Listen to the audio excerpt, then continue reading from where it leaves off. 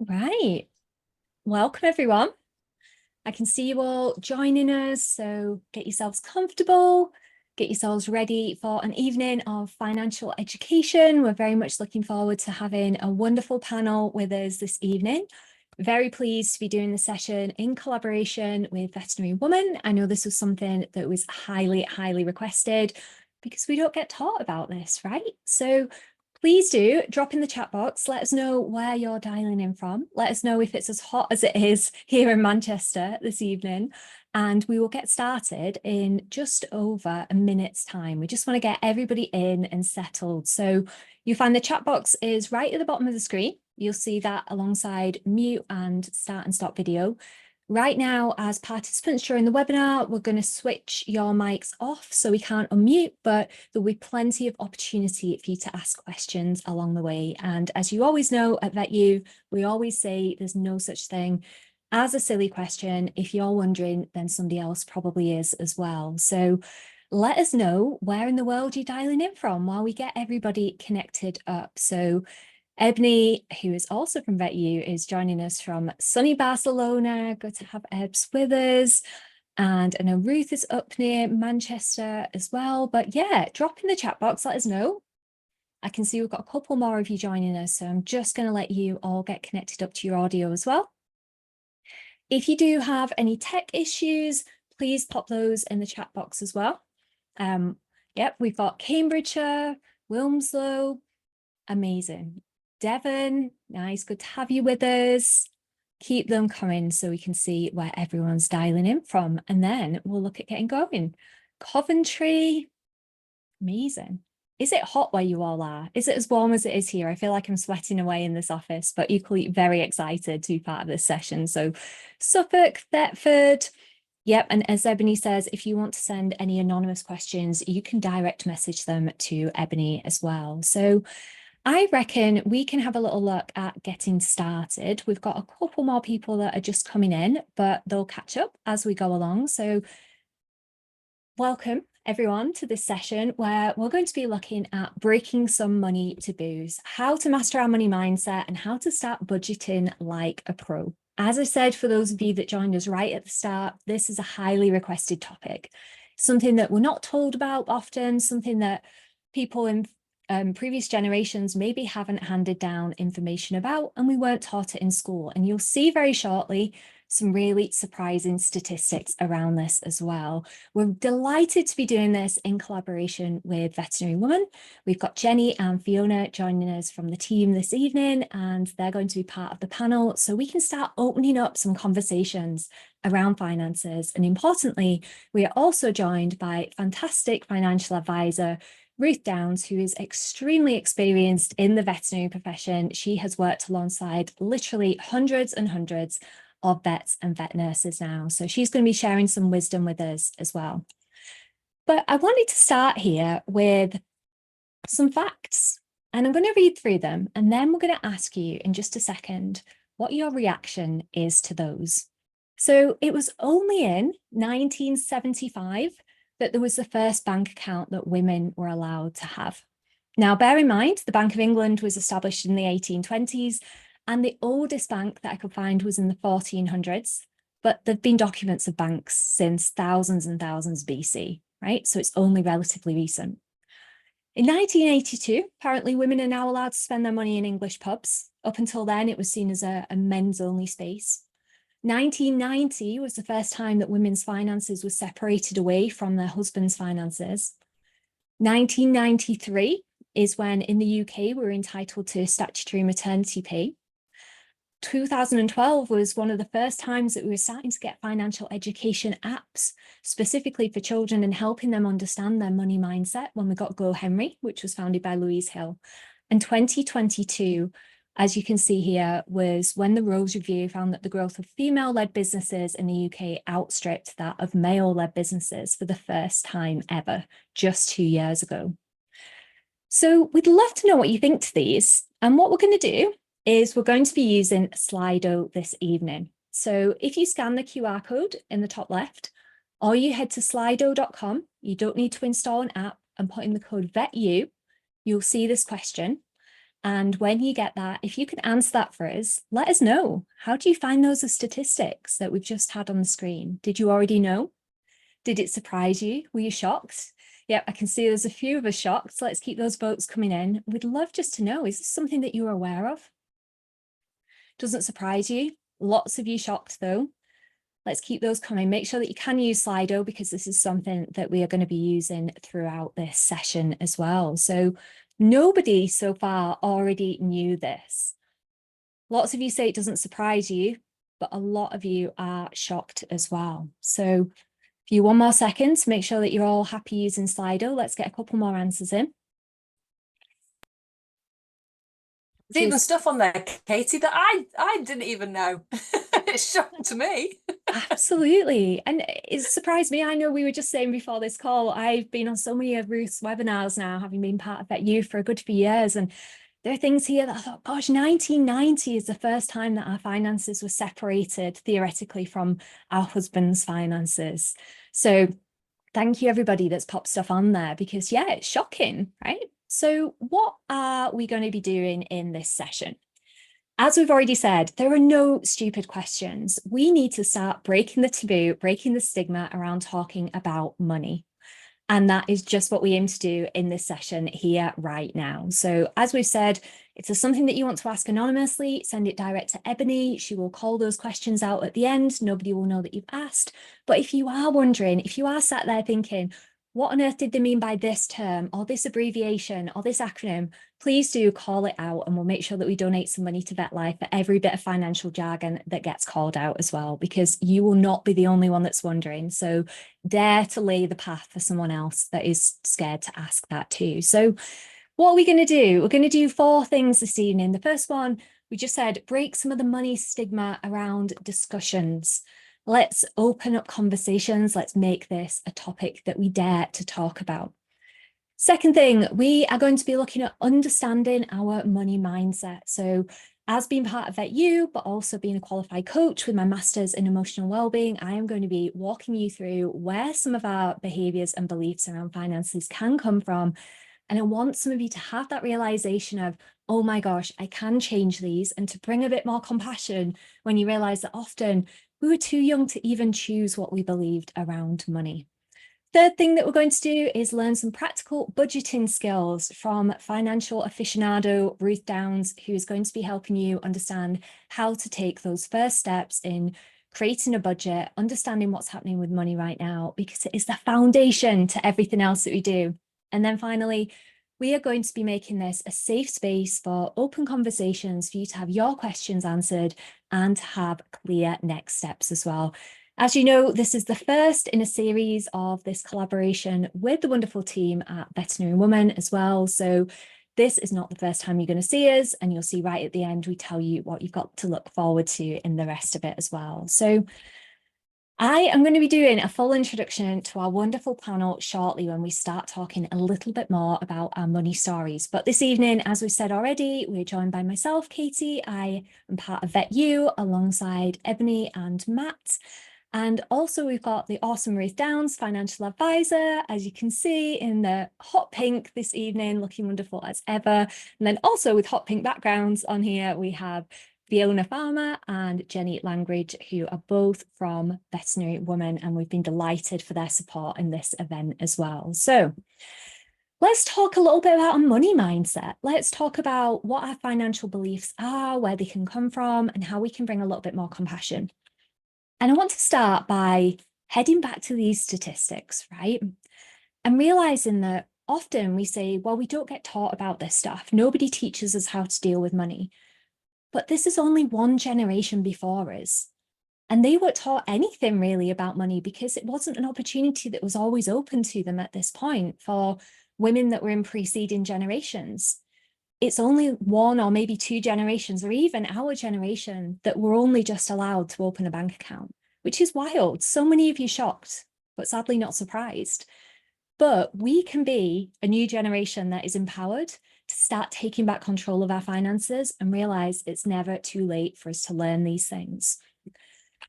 So I'm going to talk to you with the coaching hat on and a little bit of financial and emotional well-being in the background here as well, just to remind you that we all have a set of beliefs about money, things that we deep down feel and really think are true.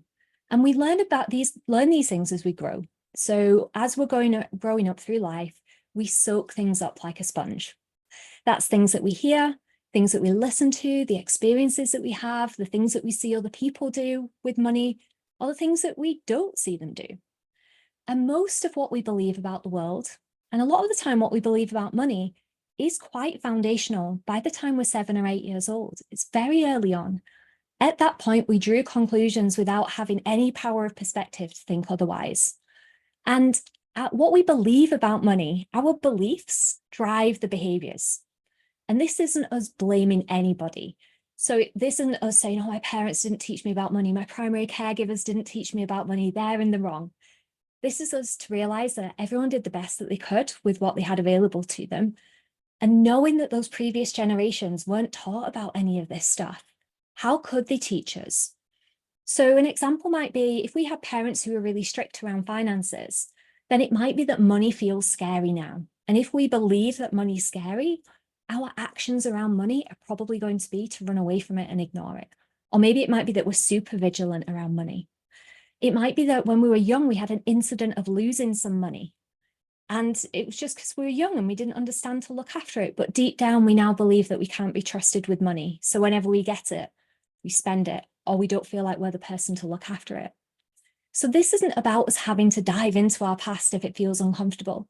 This is about us starting to notice the behaviors that we have around money, starting to think about the beliefs that might be driving those, and starting to think, okay, if we could start to relearn some of these things around finances, and we could start to give ourselves some better experiences with money, the ones that maybe we needed when we were younger, what would they look like? So I've been talking to you pretty much continuously for about 12 minutes now. So what we're going to do is we're going to open up the room and chat a bit more about finances, because we don't talk about our money stories. We don't talk about how we feel about money, especially in British culture, right? It becomes a taboo. So a wonderful panel, we're all going to share a little insight around our money stories to realize that everyone's got a different set of experiences, but that doesn't mean we can't change how we feel about money and change how we behave with it as well. So I'm going to start with coming to Ruth, our wonderful financial advisor, because actually it was in her financial story, which can absolutely carry on past 7 years old, right? It's through our whole lives, just a lot of it's early on. How she actually ended up with her career pivot to being a financial advisor because of her struggles to find someone to help her to learn this stuff, right? So Ruth, do you want to share with everyone? Yeah, it'd be an absolute pleasure to. So this isn't something that I got to 10 years old and thought, I want to be a financial advisor. It wasn't one of those. I think I wanted to be a motorbike rider, actually. Anyway, what happened was I actually went, my mum lives in Cape Town. She decided to retire over there, and I used to I go and see her about once a year, or at the time it was once every other year. And I'd gone over and I thought, I'm going to have a bit of a holiday, go and have some sun, checking up on my mum. And the short story is her health had massively deteriorated. She was slurring her words. She'd put on a bit of weight, and she just wasn't herself, very lethargic. And I frog marched her to the doctors and was like, we're going to find out what's wrong. And I was so shocked because I was told that she had 3 weeks to live unless she had a double bypass and a valve transplant. There I was, young, naive, coming for a bit of sun. And then I was told, your mum's got to have this major surgery in a completely, foreign country. And yeah, and she was all alone. So I gave up my job back home, and I spent a couple of years of my life looking after her. But they told me to look into her finances to find out, what she had. They didn't think she was going to make it. She'd left it too late. And I reached out to financial advisors in the UK, and there was three that I reached out to. They were all male, which is absolutely fine, but there didn't seem to be many females out there offering advice. So I did feel a bit awkward when I was first like approaching them. Number two, they politely said it wasn't worth their time because I had nothing to invest. So really, and that was quite shocking for me because I thought, I've not even showed you what my mum has or has got invested, because I looked at her pensions and things and I was like, what am I looking at? So I get it. It can feel overwhelming. And number three, they just said, you're never going to understand it in the time frame anyway, so I can't teach it to you. And I thought, I'm a pretty, intelligent woman. I pick things up fairly quickly, and they wouldn't even try. So this really bothered me. So that's why I came back home, and I was like, this, I'm going to retrain so that no one will ever feel like I did at that point, like they were stupid, they wouldn't understand it, and at the most vulnerable time that I ever was in my life. Now I'm thankful to say my mum is still here. So thankful. So yeah, she is here. But it was such an experience, and that is why I give the advice I do, because I just want to help and inform people. And I always love hearing you share that as well, Ruth, because it's so powerful. And again, it's testament. We know how many vets and nurses you've spoken to, and people from wider members of the profession as well, as well, and how kind and empathetic and caring you are. And it's not just, have you got something to invest? And we can see that that fire was lit in your belly as well through that Absolutely. experience. So thank you for that. And I know Pleasure. when we were having such good conversations, when we were all kind of riffing about this and understanding that we're just not taught this stuff, and how could we expect to be taught it when actually the generations before didn't know it either in some ways. And Jenny, you had a really powerful story as well, and we started talking about like our earlier experiences of budgeting as well. Yeah, well, I've always been very risk averse when it comes to money. I found it very frightening, and I just don't want to think about it. I avoid thinking about it. But actually, I'm really good at budgeting, and I credit all of that to my dad, who so when I was a teenager, my mum died, and it got a bit of insurance money, and I decided that what I'd really like to do when I was 15 was to have a horse on loan for a year. And so my dad, who wasn't horsey at all, said, okay, but you've got a budget for it for the whole year.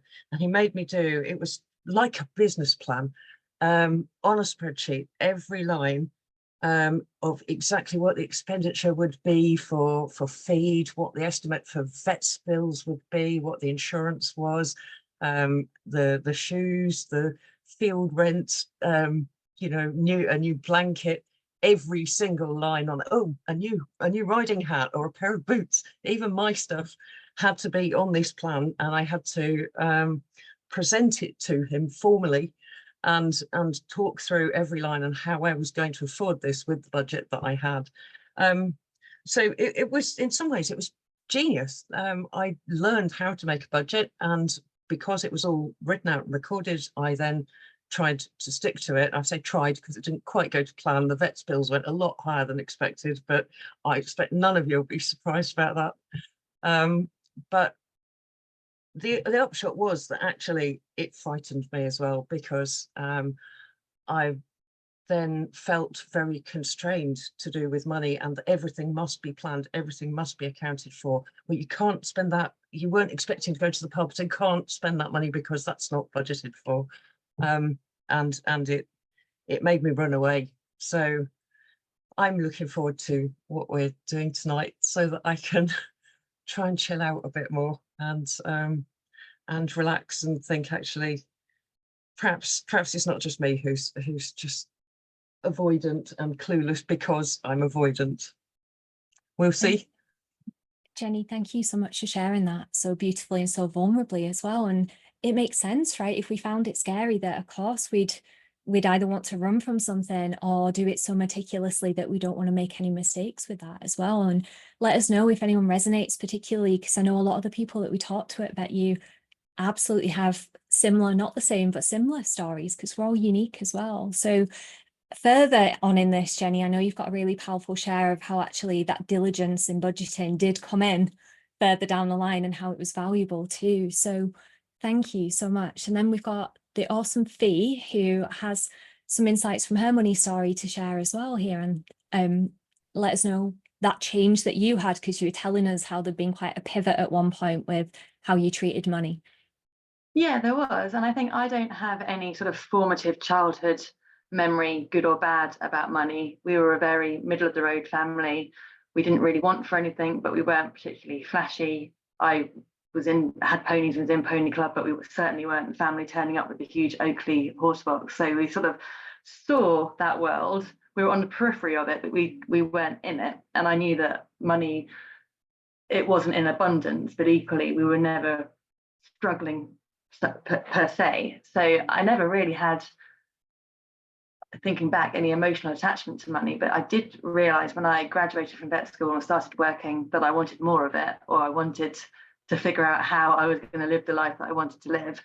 And I was really lucky. A very good friend of mine was very entrepreneurial, and I really rode on his journey and sort of tucked in behind him and followed. And so going with him, I put myself onto courses of like learning how to trade, learning how to invest, sort of joining some business mastermind groups, finding resources to read and learn about. And actually I realized you can learn so much. It was never taught. It always felt like money and staying rich and growing your money was for those guys over there, and it wasn't for the masses. But actually it is for the masses, and it's something you can do, and you just need to open that door into finding out how to do it. And there are amazing people like Ruth available, and there are also resources that you can go and find yourself and learn to invest and start investing yourself, which is what I've done. Not as well as I should be doing, not all the time, which is frustrating in a way, because I sometimes feel like I know I should be doing better because I do know a bit more, but I still don't always do it because life gets in the way. But it's good to know that you can learn about these things, and you can change your future, and you can safeguard your future as well. I love that. And we can be beginners at things as well, right? Things that we didn't know, we can go out there and we can find that out. And you've had quite a few entrepreneurial pursuits as well, haven't you, Fee? Yeah, I have, along the way. Some vet related, some not vet related. It's all, I really enjoy it. So yeah, I've done an exercise class for mums. They used to bring their babies along, and I'd get them fit and be bottle feeding their baby for them at the same time. And I work alongside my husband's business, and director at Companion Consultancy, and still locuming as a vet. So yeah, lots of things going on. Lots of things going on. I love that. And I love how you shared that we can have that realization and put ourselves amongst the people that know a little bit more than we do and can guide us and are kind and open to having those conversations too, which at the end of this, you've got opportunity to book in and chat to Ruth as well. So you can have someone that is going to answer those questions for you, as well as knowing there's so much financial education out there too. And I was quite similar in terms of picking up on a few parts of your stories that we never really spoke about money. I came from very much a working class background. The only thing I ever heard was my dad saying how much that he earned, but I didn't understand that there'd be expenses. I didn't understand that it wasn't just about earning more money. What I concluded very early on was if you want to be successful, you just need to earn as much as possible. And actually the lesson that I learned further on in life was that if as you earn more, your spending goes up, you're not actually in a better position, and sitting and getting a budget right from the start actually gives you more freedom too. But again, nobody told me this stuff until further down the line. So thank you so much to our wonderful panel there sharing. And you can see how experiences at all points of life can show us money beliefs that we might have, but also might help us to challenge them as well. So some of those beliefs that we hold around money might be things like, money is scary, money's too complicated, people like us don't earn XYZ, or we don't talk about money, money's too much for me, money's something, I don't know, money is the root of all evil. And what we wanted to do was give everyone a moment just to think about, what's one money belief that you would like to ditch or change? And we're going to talk about how to do this briefly as well, obviously realizing that everybody is different and this is a process. But scan the QR code again for us, pop in VetYou if you go to slido.com, and you'll be able to pull this up and share for us there. Are there any money beliefs that come up for you that you want to ditch? If you notice how you behave around money, do you notice a belief that comes up behind that? Is there anything that you would like to ditch? Let's out it. Let's write it down. Let's realize that we are not the only ones that have these worries around money as well. So While everyone's typing, you can book a call with Ruth as well. Ebony has put that in the chat box if you do want to book in and have a chat. What have we got? I don't deserve a lot of money. I absolutely hear you on that. Money is so stressful, I can't deal with it. I need to save £1,000 a month to have a decent pension. Thank you for sharing these, everyone. Keep them coming in. Because these are things that at some point we will have heard, and then we believe that they're true, and they affect our actions, right? You have to start off rich to be rich. Yeah, keep these coming. And I imagine, Ruth, some of these will be ones that are really common for people coming to you to chat about as well. Absolutely. The ones that I hear like all the time, like listening to Fiona talk about her story and say, you know, I don't, you know, look at this often as I should, but it's not your job to do it constantly. And let's face it, where do we have the time to do it all the time? But it's, I mean, I was laughing with Katie, and it's maybe a bit sooner than I was going to talk about it, but I had to do a budget of how much I spent in a month. And I was like, do you know what? I've not looked at it for a couple of months. And so I was about to go away, and I was sat on the runway about to leave for Turkey. And I sat there and I just went through with my partner, and I was like, can you just write this on your phone quickly? And I went through all my stuff in 10 minutes, and I was like, right, that's how much I spend a month. And I worked it out. So it's just about, it doesn't have to be sat down, have 2 hours, you know, it's set aside to go through it. It's just doing it when you can, and actually changing that mindset of going, I'm going to be proud of myself because I've actually sat down and done this. You don't have to do it every single day or every single month, but just when you do it, change that voice in your head to go, I'm going to be proud because I'm actually just trying to change my brain pattern and think about finances now. And that is something to be very proud of, because it's not something that we do every day. Yeah, definitely. And we get to choose a new behavior as well and be a bit kinder to That's ourselves it. if it does feel uncomfortable. Because yeah, cognitively and rationally, you might know, oh, it's just money. Why does this feel so tricky? So let's send a bit of kindness to the bit that does find it hard, and then say, look, we're going to be proud. So got loads on the screen right now. I'm going to read some of them out. I'm just going to look over here to my other screen. So I'm here for a good time, not a long time. Absolutely. You know, this is something that comes up that then drives what we do with our cash. Do we get rid of it straight away? And actually, maybe we can redefine what that means to us. Don't want it if I save or if I use the money somehow. Feeling so dysregulated about money physically makes me anxious. And you know what? Again, thank you for sharing these, because you're absolutely not on your own. And remember that fear is so dysregulating to us. It triggers our autonomic nervous system to crank up our sympathetic response. Our body is literally getting ready to either run away or fight something that we feel scary. And when we can bring a bit of kindness to us, and regulating our nervous system can be a whole session in itself, but let's understand ourselves with a bit more compassion and curiosity here. Constantly worrying about money, you have to be saving every single month regardless of what else happens in life. Again, curious for us about, where do we learn these things? And actually, could there be a different way? Could there be a more empowering way, which I know Ruth is going to come to? Let's see, saving and use as less as possible was always in my mind since a young age.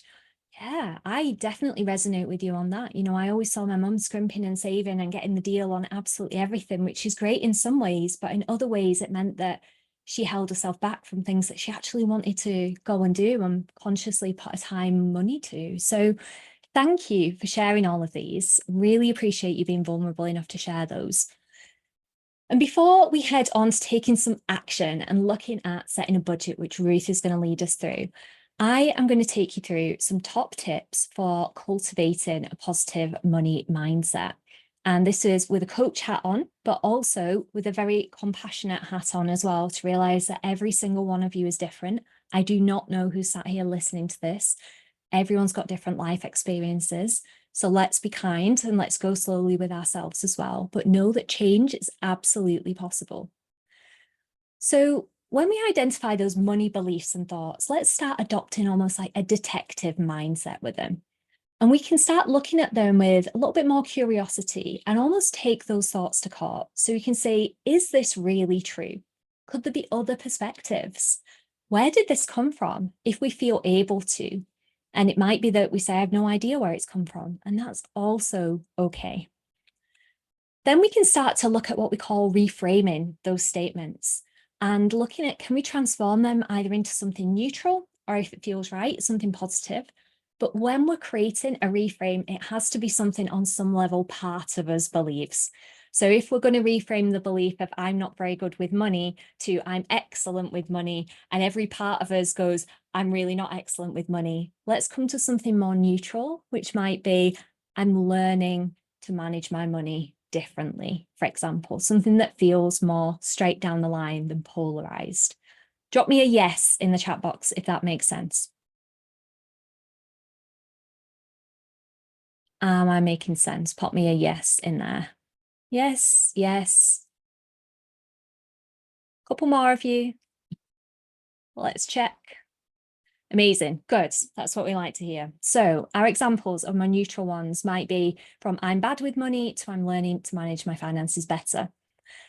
And then this is the powerful part. With that new belief that we'd look at, what would be the action associated with that? So if we said, I'm learning to manage my finances better, what would be the action that we'd take? That might be, I'm going to start doing a budget. It might be, I'm going to reach out for some support with this. And we start looking at what would be the action, even if it feels a little bit different. Then, just as was beautifully shared in Fee's story, and Ruth touched on this as well, find your financial support squad as well.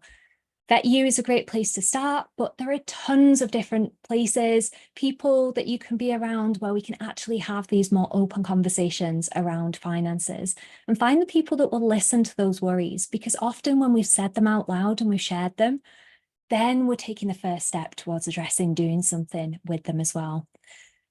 Being compassionate to ourselves. I've mentioned this a few times. Anyone that sees me out with the vet space, the VetYou space will know this is something I am very passionate about. But let's think about, how would we encourage a friend in this situation? Like Ruth said, we'd be saying, you know what, you're going to be so proud when you've done this. It might feel difficult, it might feel uncomfortable, but let's go one step at a time.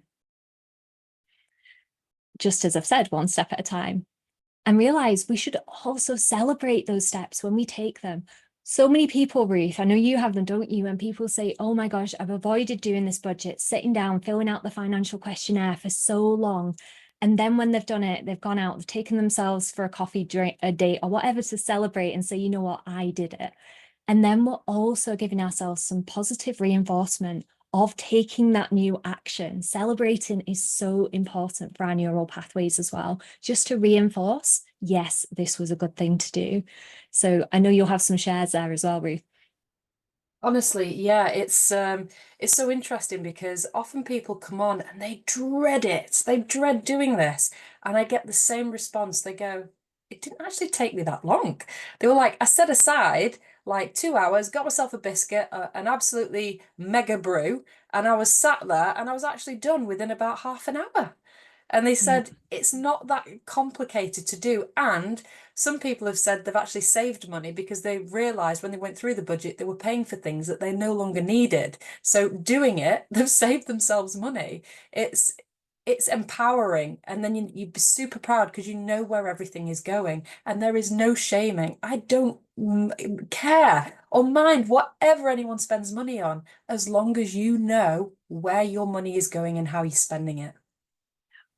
And just as we put on here as well, this is a process and it's a practice, and you can go at whatever pace you need to go at, but know there's people to support you with it as well. So those of you that said it makes you feel so dysregulated, or maybe it's something that feels like a lot, or very anxiety inducing, let's step into that friend role and think, you know what would we do with them?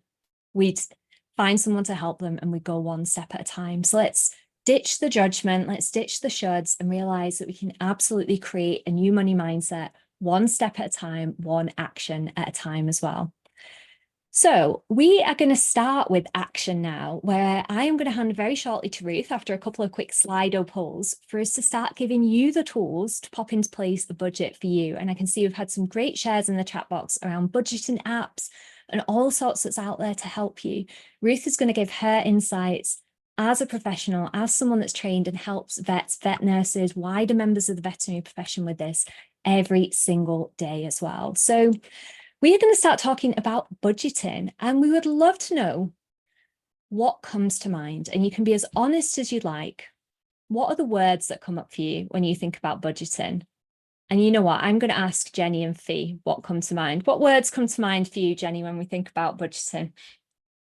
Oh, it's just linked with work for me.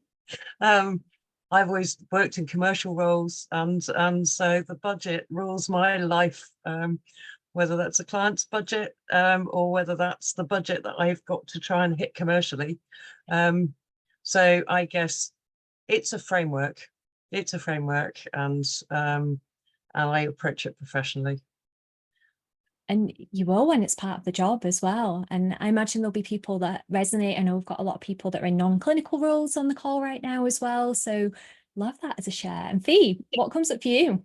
I don't know if I have any specific words, but I think about budgeting. It's sort of something that's I sort of subconsciously do. Like I wouldn't say I budget to every penny, but I know per month a rough percentage of what's going where, and I know that then if something else comes in, that might affect things for the month after that. But I have a rough idea of where things go. So it's sort of like a boring little thing in the background. And I remember being told once about budgeting. Imagine you were told that you can spend 90% of your monthly salary. It's yours to spend, do what you want with it, 90% of it. Like, how would you spend it? Rather than thinking, how am I going to save 10%? And it's a really nice way to reframe it, because then you get to think about what you can do with that money rather than how you've got to scrimp and save to keep bits back, which I thought was quite useful. I love that. Yeah, me too. Great share. And I always quite like, and it's on a similar one, I've heard people talk about it as a spending plan rather than a budget. And that's something that helps you see that it's more empowering, which we've got in the chat as well. I feel the word budgeting conjures up feelings of scarcity. Is there a better word we could use that's a more positive reframe? And I wonder if it's just that, like, it's a spending plan. Ruth, what would you add to that? Allocation, isn't it? Yeah, absolutely. And that also is empowering because we're getting to choose where that's going to as well. And we've got lots coming up on the screen right now too. But Ruth, is there anything that you'd add to that from when you talk to people about budgeting? Yeah, I mean, it's exactly what you said about changing people's mindset for something to be that's quite an arduous task, and it's going to be boring, to go, actually do something your future self will thank you for, and going, actually, I'm going to do this. And yes, it's not the most exciting thing in the world, but it's actually going to put me in a much better position in future. I mean, I was just thinking about that. I mean, what is a better word for budgeting? Could we come up with one together, actually, that we could maybe use? I don't know. We need like a spending empowerment plan or something. Get some suggestions in the chat, everyone, because an empowerment plan. Yeah, I don't know. Keep them coming to us. Pop some suggestions in. It's a great question, because you can see the words that are on the screen right now. Limiting. Yeah, that I definitely used to feel like it was limiting. Well, I want to buy what I want, so I don't want anyone telling me what I should buy, even if it's me telling myself. But actually, it meant that I could spend without guilt of saying, look, this money's being allocated to this, so I'm going to go out and do it. Got shame, limit, fear, restriction, and spending plan as a suggestion in the chat as well. Yep, love that. Difficult, overwhelming, boring, frustration. And there's no wonder when you read this list that we don't want to do it, right? And it can be a really good point for us to, looking back at when we were talking about mindset as well, if it feels right, and only if it feels right, looking back at, like, what have my experiences of a budget been and what feelings did it evoke? Because often that's going to drive us, making us think that it's boring or frustrating or we should be doing it. And then we can bring a little bit more kindness, a bit more neutrality to it, and we can rewrite what it means to allocate our spending, which Ruth is going to talk us through how we can practically do that shortly. But yeah, let's come up with a new term for it, because if budgeting evokes limit, guilt, fear, procrastination, then it needs a rebrand, right? Yeah, spending plan. I really like that. Yeah, there's hey, you might get a chance to like reframe the future of financial advice here. This is something I might adopt going forward if we come up with a good one. Yeah, help me. I was thinking like a fun plan, or like something that is you're obviously spending money, and it's not just on bills. So it can be something that you can look to put money aside for the future. As you know, Katie, I'm a massive advocate of a fund. And that's obviously something that we do the budgeting, the spending plan. We do that so that we can understand where people's money goes, so they can put it aside for the things they want to do, the fun side, the holidays. I'm a big advocate. You know, we need to spend the money that we earn. Obviously, it's all about priorities and where you want that to go. But if you want to have a holiday, 2 holidays, 3 holidays a year, let's put some money aside for that. And that's a hugely exciting thing to know. Actually, I can afford it. I've been budgeting for it. You know, you're not just going to put it on a credit card or something. It's actually there saved for you. Yeah, definitely. And the cool thing is, this can be different for all of us as well. And it's kind of bringing it a few steps along from, if it feels massively negative and anxiety inducing, how could we make this feel more of a neutral thing? It's just something that we all do at some point, and perfect doesn't exist. Or is it something that you can move from it being like neutral and a bit boring to, how could I ramp this up to being a bit more exciting? How can I add that in, like Ruth said, with something that I want, that lights me up as well? So we actually have that intrinsic motivation to want to go and do it, rather than us just feeling like we should be doing it for someone else, for example. And that's a really cool thing to get in our head around as well. Just really be curious. So before Ruth starts for us, we wanted to ask, do you currently budget? Like, what is the system right now? I haven't ever set a budget. I did used to budget, but I don't now. I do to an extent, but I often forget. Yes, I have a system in place. Let's see what everyone is voting for. And then this will help Ruth as we go through her slides, because she's going to give you some steps as how to get started. So keep those votes coming. We've had a few of you vote, but we need a few more of you popping those in. So yep, scan the QR code or head to slido.com and pop in VetYou, and you'll be able to cast your vote as well. So we've got, I haven't ever set a budget, a couple of you. And again, you're in the right place, because Ruth is going to give you the lowdown very, very shortly. So we've got straight across the board, a quarter on each. Oh, slightly more, yes, to an extent, but I often forget. Oh, a couple more of you are saying that as well. Thank you, everyone, for sharing on here as well. And let us know in the chat box if you've had any experiences, particularly around budgeting, or any questions around budgets as well, so that we can pick those up when Ruth has shared a little bit more about this as well. So let us get started on here, and then we'll have a bit more of a chat around our panel and our experiences budgeting as well. Ruth, right, so getting started with a budget. Brilliant. No, thank you so much for this, because it doesn't have to be complicated at all. It can be really simple to do.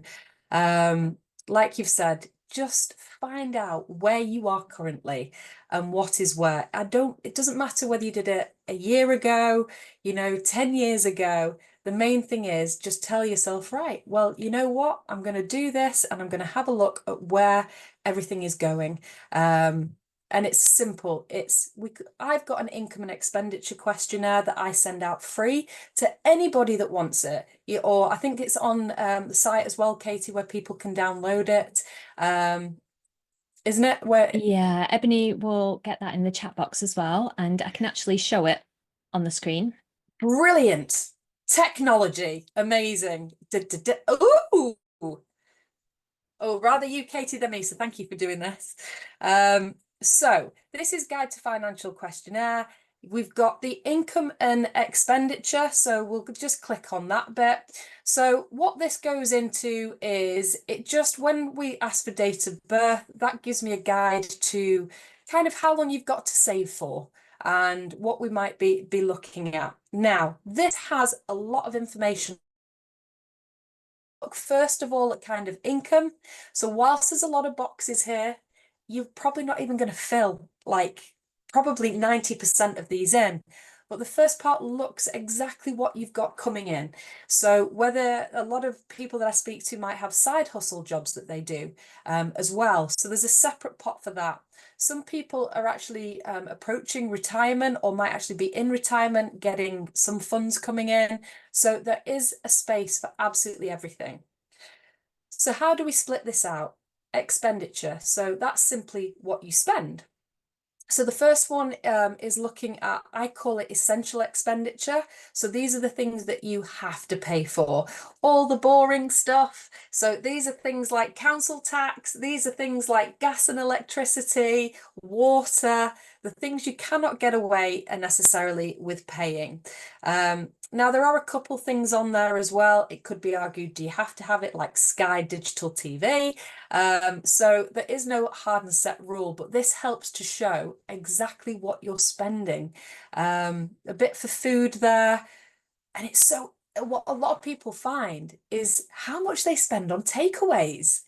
And they might go, actually, I'm spending 3-4 times a week, a lot of money on takeaways at the minute, and that's fine if you can afford it. But they'll go, actually, I'm going to decide that I'm going to cook, for myself twice a week instead. And the money that I save, I'll put to one side. We've got cost of servicing debts on there. So no, you look, if you have anything such as debt, that is, we look at that and we look at how we can prioritize getting things paid. So it's great to have it in one area so that you can see how much your charges are, credit cards, cost of having a car tax, everything that might come out annually. Like, for instance, this August for me is a quite an expensive month. I've got my house insurance, I've got my car tax, I've got my car insurance, I've got pretty much everything coming out. So it helps me to see that actually I need to budget throughout the year to save, because I have a lot coming out in August. Accountancy fees, everything is on here. If you have children, the costs, and then down at the bottom, it actually totals it all up for you. So you don't have to be there with your calculator going, oh, what's it, how much am I spending? It works it all out for you, and how much technically in disposable income you should have. So disposable income is how much you have left at the end of every month. And technically that is what you could put towards a fund, an emergency fund, a savings plan. And quite often, a lot of the people that I speak to go, Ruth, it looks like I've got like 300 spares per month on here, but I have no idea where it goes. And that's because often when the money comes in, if people historically don't feel like there's any, they deserve money, they spend it, they get rid of it. It's something that happens, but there's actually really clever techniques that you can use, like putting certain amounts aside as soon as you're paid so that you don't see it in your bank account. So it's not in your everyday one. So there's lots of handy tips that you can have. And this just helps you to realize how much you should have spare that you could allocate elsewhere. And you might find, like I've said, with I'm only using that from personal experience, that I remember once there was a really expensive month. I was like, I've had actually a lot of takeaways this month. Whereas I thought, actually, I can save that somewhere else for like something that, I want to do later on in the year, or a holiday or something, or start putting something aside. So it's just about finding out what's where. There's a lot of information on here again, but you won't need it all. And then there is another tab that I put on there. It's called assets and liabilities, but that's pretty much what you own and what you owe. So do you have any financial protection? Do you have any have bank accounts? I met someone once who had 20 bank accounts. So that was an awful lot, and I could help guide them to go, why was my first question. It's absolutely fine. But how come we've got all these? And it was just one of them had a good savings rate, and then there was another one that came up and they just hadn't closed them. So we just helped organize everything to be a lot more cleaner. Obviously helped with credit scores, things like that. So if you want that, I think there will be a link that the wonderful Ebony will put in that will show you where you can get it for free. You can do it on a piece of paper. You can do it like I did on the plane, on your phone. Just get your notes up and start writing. Actually, my my gas and electric is, £145 per month, or whatever it may be. I spend £250 on food when I've gone through how much I spend when, and all it takes is just go through the last month, find out where you are currently, and it will be the most empowering thing you do, and be so proud of yourself and treat yourself. Go get a coffee and a cake afterwards. Go, do you know what? If I finish this is what I'm going to do. I'm going to go out, I'm going to, treat yourself to whatever you might like doing. So yeah, it's very handy. And there are apps, I believe, yes, there are all kind of apps out there. You don't have to pay for them. You don't necessarily need anything really fancy that you have to input it in every single month. I've seen all the different ones out there. You can just simply have, like I said, a piece of paper, have it on your phone, and then just once a year, just review it and go, actually, last year I was paying this much for petrol, but I'm obviously traveling a lot more, so I'm spending more this year. And it helps you to realize, instead of going, oh, what is wrong with me? I just have no money. You can go, there's something called inflation, which is the amount that goods go up every single year. And that is what can affect it. So don't berate yourself for something that actually is just life, and things happen and go up. But we can come up with handy hips to help you. But I can't do that bit for you. We do need to find out what's where. I can maybe jump on a call and we'll go through it together, and I help. Like if you've got 20 bank accounts, we'll work out how to get the best, where might be better for you. But yes, there's the other things as well, like priority protection for my clients. I know that obviously on the VetYou website, you've also got a link, haven't you, Katie, for protection that people are able to go on. They can get like a free quote. It doesn't cost anything to do, but there's something called income protection. And often it's the first thing I just have a look at to see, do people have that? Because if you weren't able to work, or you were sick or injured, is there something that could potentially protect your income up to a certain amount? Yes, there is. It's income protection. And if you were sick or injured up until retirement age, it will continue to pay a percentage of your salary up until that point to make sure all these essential bills are covered. And if you're earning £25,000, you can cover that. If you earn necessarily more than that, and you're lucky to be like up near the higher amounts, you don't have to cover all of it. It could just be just the amount of your bills. And that's the great thing about doing this. I had someone call me up today, go, roughly, what do you think it would cost, Ruth, for a 25-year-old, no medical history, that is earning £35,000, say, a month? And I was like, doesn't matter what their income is. The first thing I say is, how much are your bills? Because that's what we need to cover should you be off sick. And you can get a free quote, and obviously you've got Katie on the website, can have a look at. I can help run through it with you, but it's really handy. The first step is just that questionnaire. So is that, how does that sound? Is it something that people think that they could do? Is it all making sense, Katie, would you say, from that? Yeah, let us know in the chat box. Drop us a yes if this is all making sense so far. This step one of getting clear on where you are right now in a way that works for you. So if you hate spreadsheets and the thought of doing a spreadsheet makes you just go, oh, pen and paper is absolutely fine. That is cool. Also, I know that, for example, I know my banking app, it gives me spending insights. So I do a formal budget, but I go back and just look because it groups stuff together and says like food and eating out, regular payments, and I can just look and go, oh, that's really interesting, that's gone up a little bit, or what do I need to tweak or change? And while everyone's just popping that in the chat box, let us know if this is making sense. Drop us a yes if it is. We do end up sometimes, we all want to believe we're never going to have to use income protection, right? But I actually used mine last year. I very suddenly couldn't walk, class me. I couldn't move my right leg at all. My left one, I probably got about 20% functioning. I was terrified, right? And let alone the money, I was worried, like, what's going to happen? Like, am I going to walk again? What's going to happen to my businesses and my family and my house, and what's going on?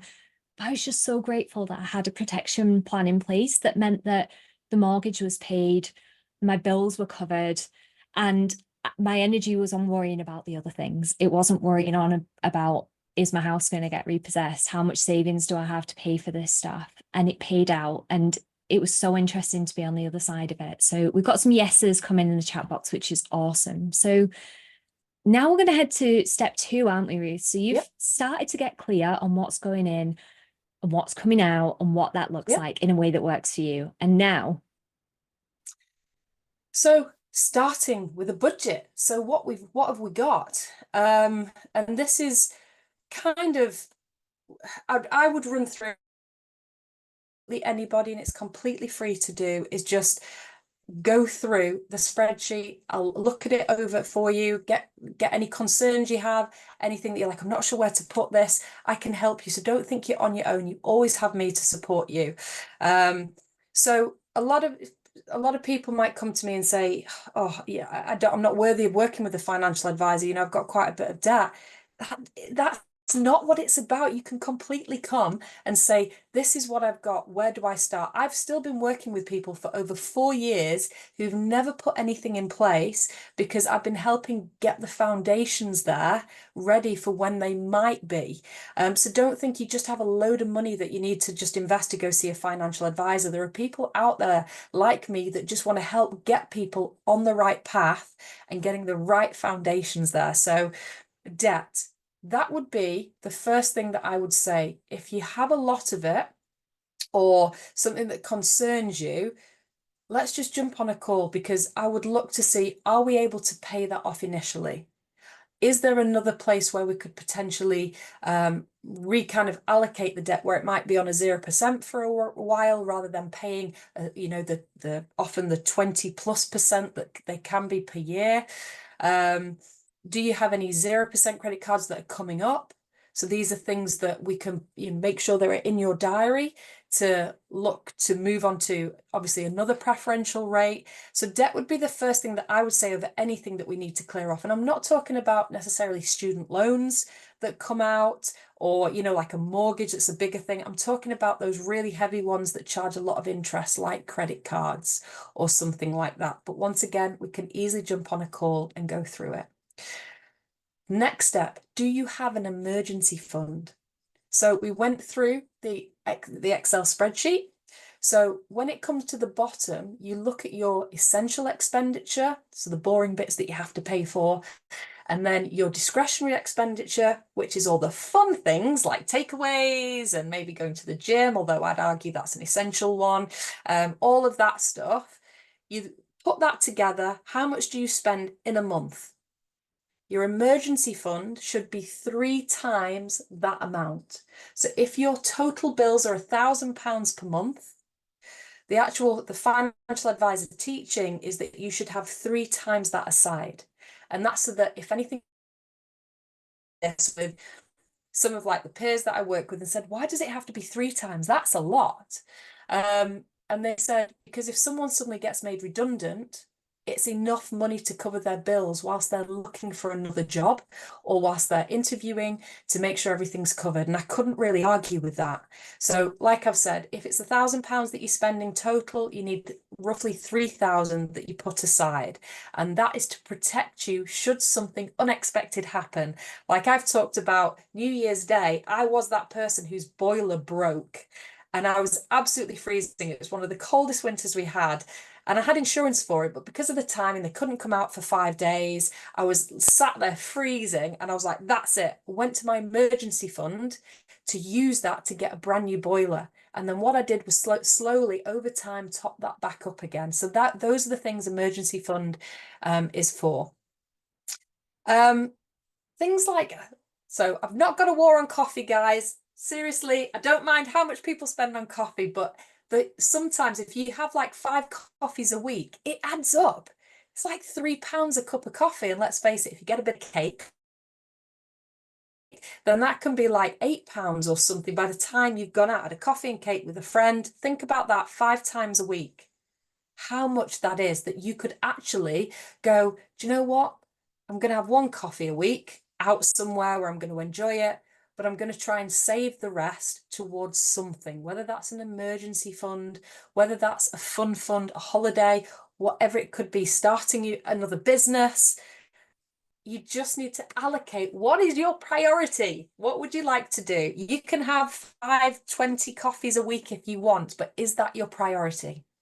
And that's what we have a look at. And then there's lots of other things like we look at after that. So savings, retirement, pensions, education, you know, further education, learning. And there's some fantastic questions I want to try and answer that have come in the chat as well about how to prioritize it all.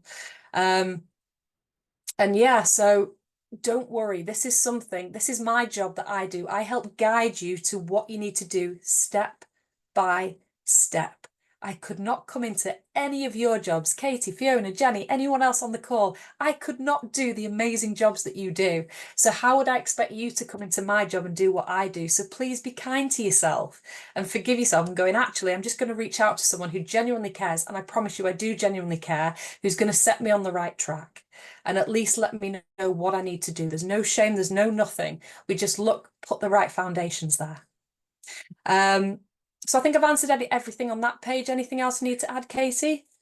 I know I am conscious of time for everyone. So if anyone does need to jump off right now and wants to catch the rest of the recording, they absolutely can. But when we were chatting before the call, we were talking about how sometimes in life, having these skills of budgeting and looking at where we could bring things back and where we can reallocate funds really came to life when we were chatting with Jenny, and you shared the example of how you'd had quite a sudden life change and had ended up doing just this.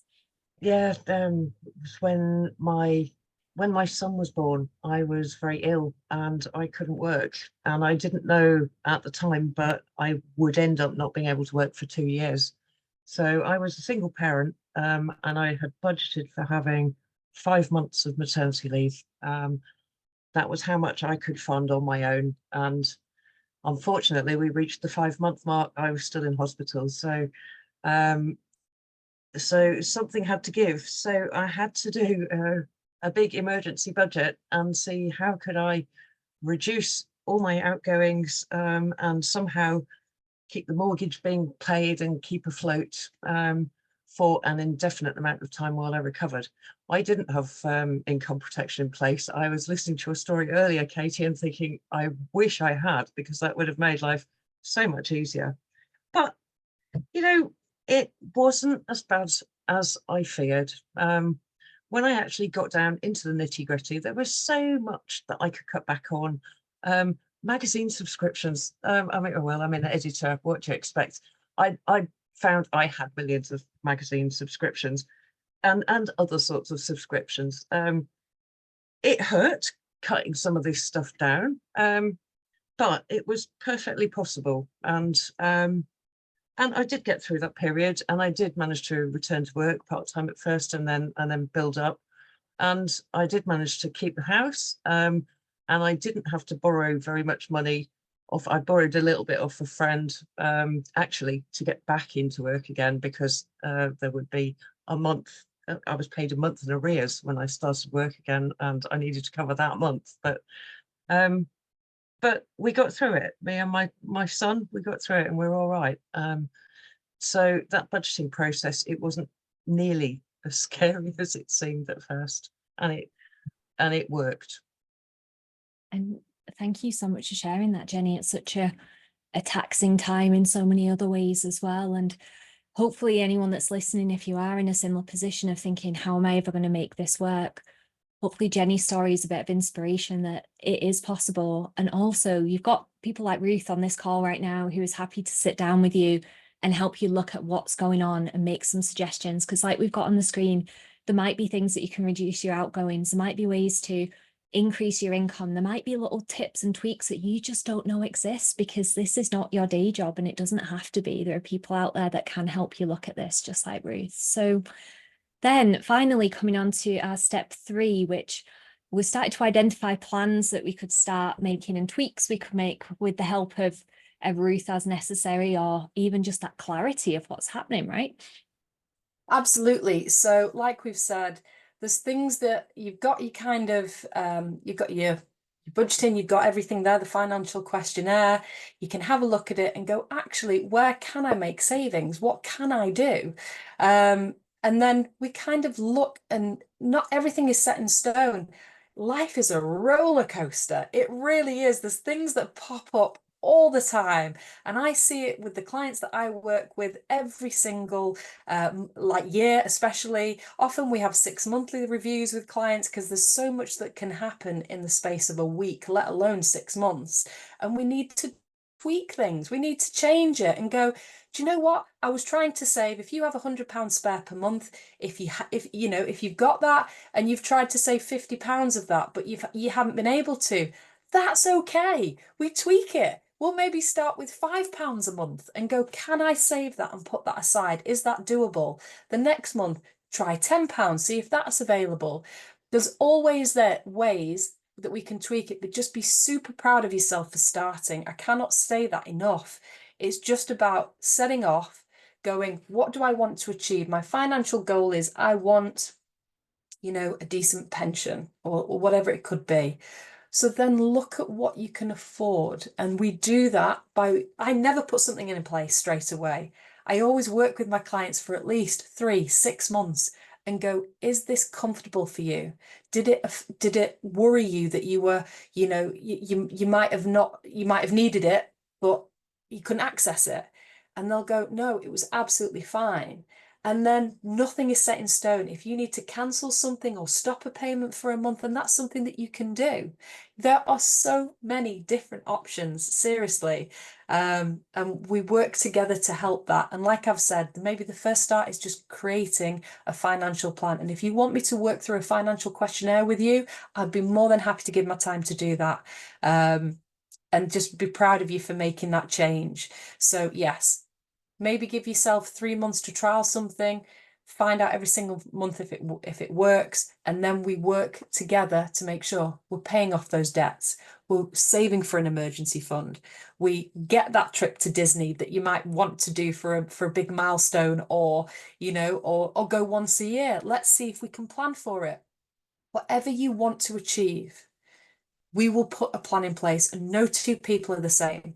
I have people that come on and want to save for doing a further diploma. I have people that want to set their own companies, want to go to Disney, want to, you know, just be able to have an emergency fund. No two people are ever the same. So please don't follow these things that say you've got to put like a certain percentage aside into things. And scrap that. The idea is brilliant, but every single person is different, because you can't do that if you've got like debts to pay. You can't do that if you've got an emergency fund, and it's okay. We set you up so that you get to the point where if you wanted to look at doing certain percentages when everything else was covered, we can.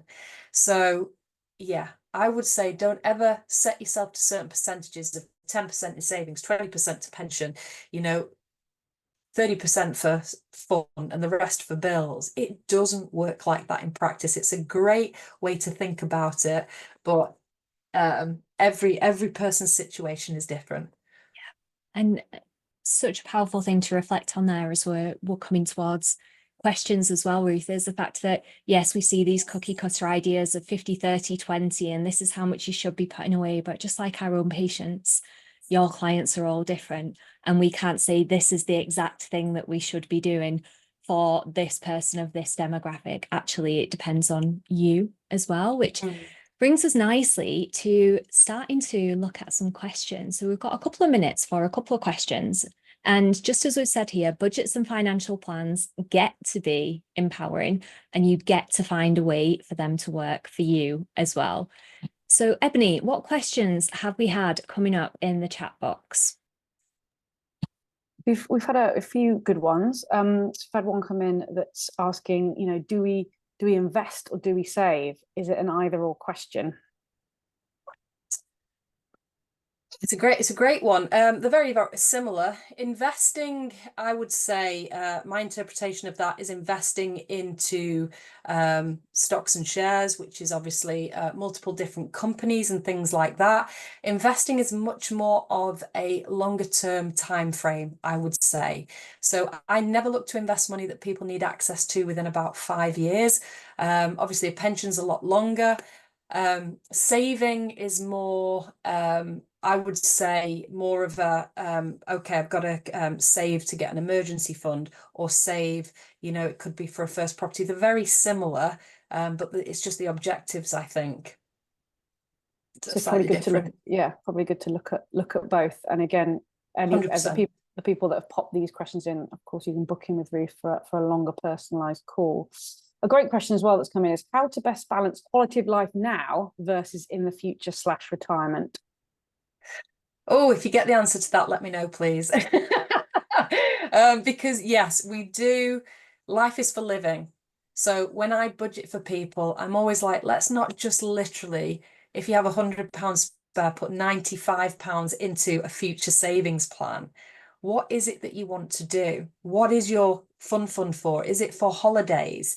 Is it, is it for something? So in the future, and we balance it out to go, actually, let's keep £50 of that 100 for something fun to do now, and let's put 50 for a savings. There's no right or wrong way for that. It might be 20 for savings and 80 for fun for now.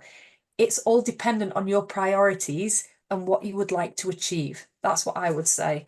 Yeah. Brilliant. Great. And then in investing, there's a question here coming. What's the difference between distribution and accumulation funds? Ooh, that's a good one. So simply, accumulation is it's actually funds that grow. So like an ISA is something, or a pension, should we say? Pension is where you put it's accumulation fund, so it just grows. You're not looking to take money out of it initially. So what was the term? Distribution and accumulation funds are different. So accumulation, it will grow. Distribution, you actually have an investment to distribute, to give you a certain amount, which per, it could be per month, per year. You want to access it for something, so it's distributing money to you. Where accumulation, it's just growing in itself. Great Brilliant. question. Yeah, it's a really good question. Yeah, it's a very good one. Yeah. And then the last one I know is kind of like how long's a piece of string, but it's a very important one. It's coming up a lot in the community groups as well, is how much to save into a pension. Affordability. And I know we're going to do a session on this later, so this is kind of maybe a teaser for our up and coming ones. But yeah, if you can just add a few good notes to that. Yeah, it comes down to affordability. So I have a look at what you're already saving in. Do you have a company pension scheme where you might be saving in a certain percentage of your salary? I think about how much are you able to, is there a possibility to increase how much you're able to pay into your company pension? And there's many savings such as tax and national insurance contributions. We'll go on to that in another webinar. I would have a look at obviously what age you are, because the younger you are, you don't have to necessarily pay in a huge amount. Whereas if you're older, where the nearer the time you'll need to access it, and if you haven't got a lot saved, you might need to start allocating slightly more into it. But I'm going to flip that on its head and say, actually, whilst you don't have a lot of outgoings, if you're younger, try and allocate as much as you can to something like a pension so that you don't have to work as hard when you're older. So there's lots of different trains of thoughts, but every single person is different depending on what their savings goals are, what they want to achieve. Do they want to, like I said, there was a question, enjoy life now, save now, or enjoy life? Where's the toss up? No two people are the same.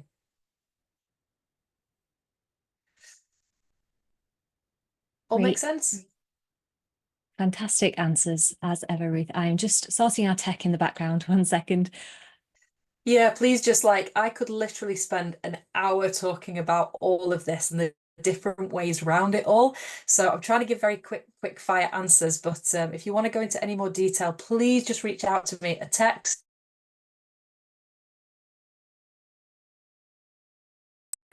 Oh, we've got you back. Sorry, Ruth, I think we lost you for a second. So I think you're probably saying what we've just got on the screen right now, which is the opportunity to book in a free chat with Ruth.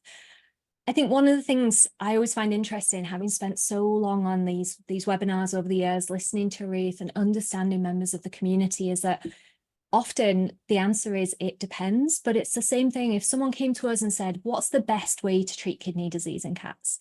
And the first thing that you'd say is, well, it depends. Like, what's their creatinine level? Are they losing weight? What's their appetite like? Do they have any urinary issues? What's their urine protein creatinine ratio? Like, so many different questions we'd have about them specifically to look at all the different things we could do. And it's the same when we've got financial professionals, right? And like Ruth said, one of the questions we got, and you answered it, is should I do 50, 30, 20, this percentage of how to budget? And you've answered so beautifully, like, well, everyone's different. So why would you try and fit yourself into this mold? So please do take advantage of Ruth's kind offer, because Ruth, something everyone always asks us is there a charge to work with a financial advisor? Do you want to explain how it works so people understand and they're not like, oh my gosh, am I going to jump on a call and I get an invoice for £100? No, not at all. So I get a lot of enjoyment out of educating and helping people. I do all my initial chats for free. Like I've said, I've been working for people with 4 years who they're not ready to set something up. I don't feel comfortable setting anything up for them because they don't have the fundamentals like an emergency fund in place. There's been no charge throughout the whole of that term for us to work together. They've just, and I'm so proud of them, they've been empowered to reach out and say, can you help me, Ruth? Heck yes, this is what I'm here for. This is every day. This is what I'm here for. There is only ever a charge if you decide to take forward a recommendation that I've made. So if I say to you, I think we should put, or based on what you've told me, you should be putting £100 into a stocks and shares ISA as an example, or into a pension. We would do a detailed illustration, would go through everything, and only at the end of that, if you were happy and you signed something, would there be a charge. And even then it comes out of the investment itself. So no, there's no initial charges or anything like that. And I will not be sending you an invoice in the post. Hopefully that reassures you all. And absolutely, you talk about like having a best financial friend, somebody that is going to be that safe space that you can ask these things of. And you can say, look, I find this absolutely terrifying. And you won't be the first one that said that to Ruth, because inherently we've seen already, we don't get taught this.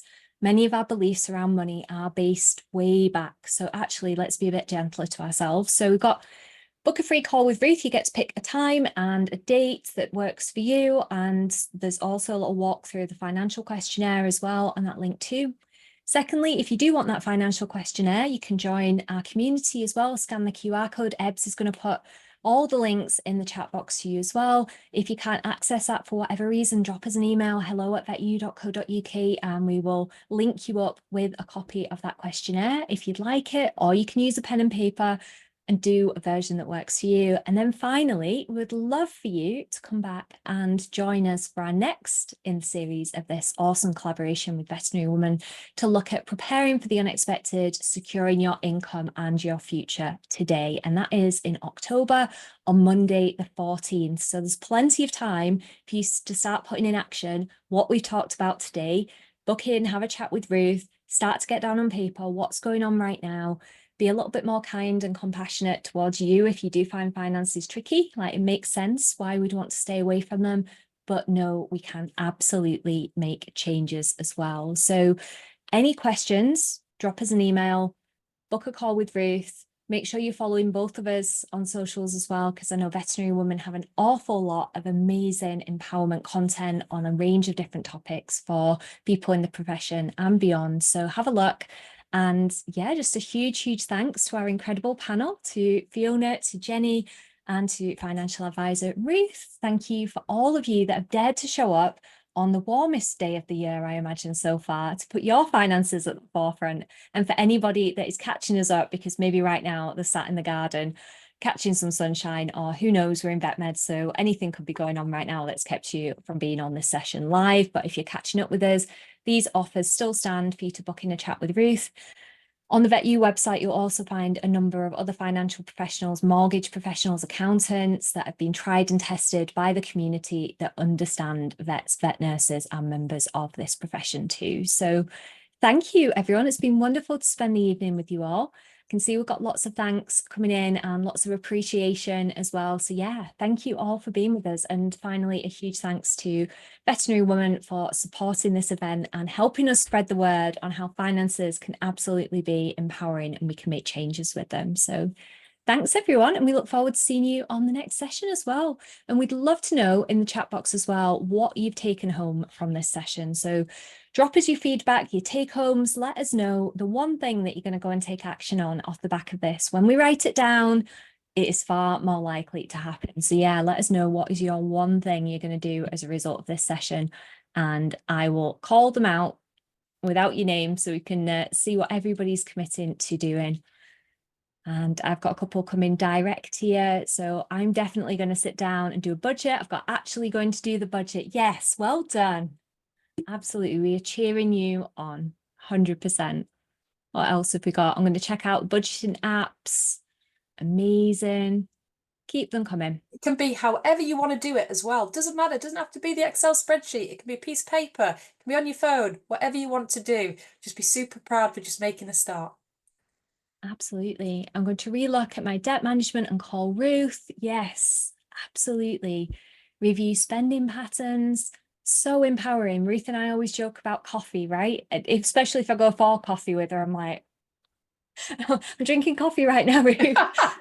But I get to decide I can spend this much on coffee every month, and that's an active decision, and that's okay. So thank you so much. Jenny, I'm going to hand to you because we've loved spending the time with you, and you vulnerable shares have been much appreciated to start breaking these taboos. Oh, well, thank you very much for hosting this session. I know that the veterinary women readers feel that finances are the thing they need to know the most about to make the most of opportunities in the future, and that's why we want to put this into place. So think of all those opportunities that people are now going to be able to take. I hope everyone has the next one. I love that. Inspiring at its best. Thank you, Jenny. And we've got lots of people saying they've booked a call in with Ruth, going to use the pots in my banking apps. I'm certainly going to use the Excel spreadsheet. Will help me lots to get organized. Just booked a call with Ruth just now. Very excited to take action on this. So celebrating all of you for taking action. This is 100% what we wanted out of this session, to make you realize one step at a time, you can do it as well.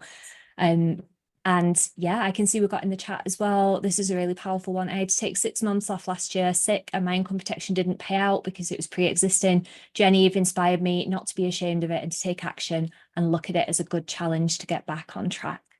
You see the power of us actually daring to share these things, that we can inspire others with them. So Jenny, thank you so much for that share. That's fine. Thanks. And often it's something that's really good as well to reach out to somebody to chat to, because I always want to make sure that protection pays out. And sometimes if you're not sure, let me just double check what policy you've got, and it's free to do.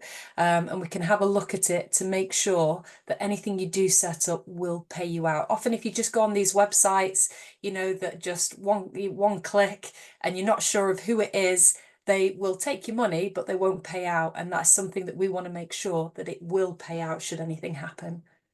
Yeah, definitely. So if you want to do a financial health check, you can book in and have a chat to Ruth as well, because I know that's what I did with the first protection policy I ever took out. Was I should probably get this. I'll just go and ask, tick no pre-existing conditions and what have you. And actually, it was only when I started learning with VetYou that I saw I need to make sure this is going to pay. And I was very grateful that it did do last year, when it meant that sat in the hospital, I didn't have to think about money and I could think about recovery as well, which is a great point on which for us to end this session. So thank you, a huge thank you again. And I love what Jenny just shared there about money being a block to so many things, and getting started is what opens those doors. So thank you, Fiona. Thank you, Jenny. Huge thanks again to Ruth. Thanks to Ebony for doing our tech this evening. And we look forward to seeing you at our next session, which is on Monday, October 14th. Thanks, everyone. Thank you.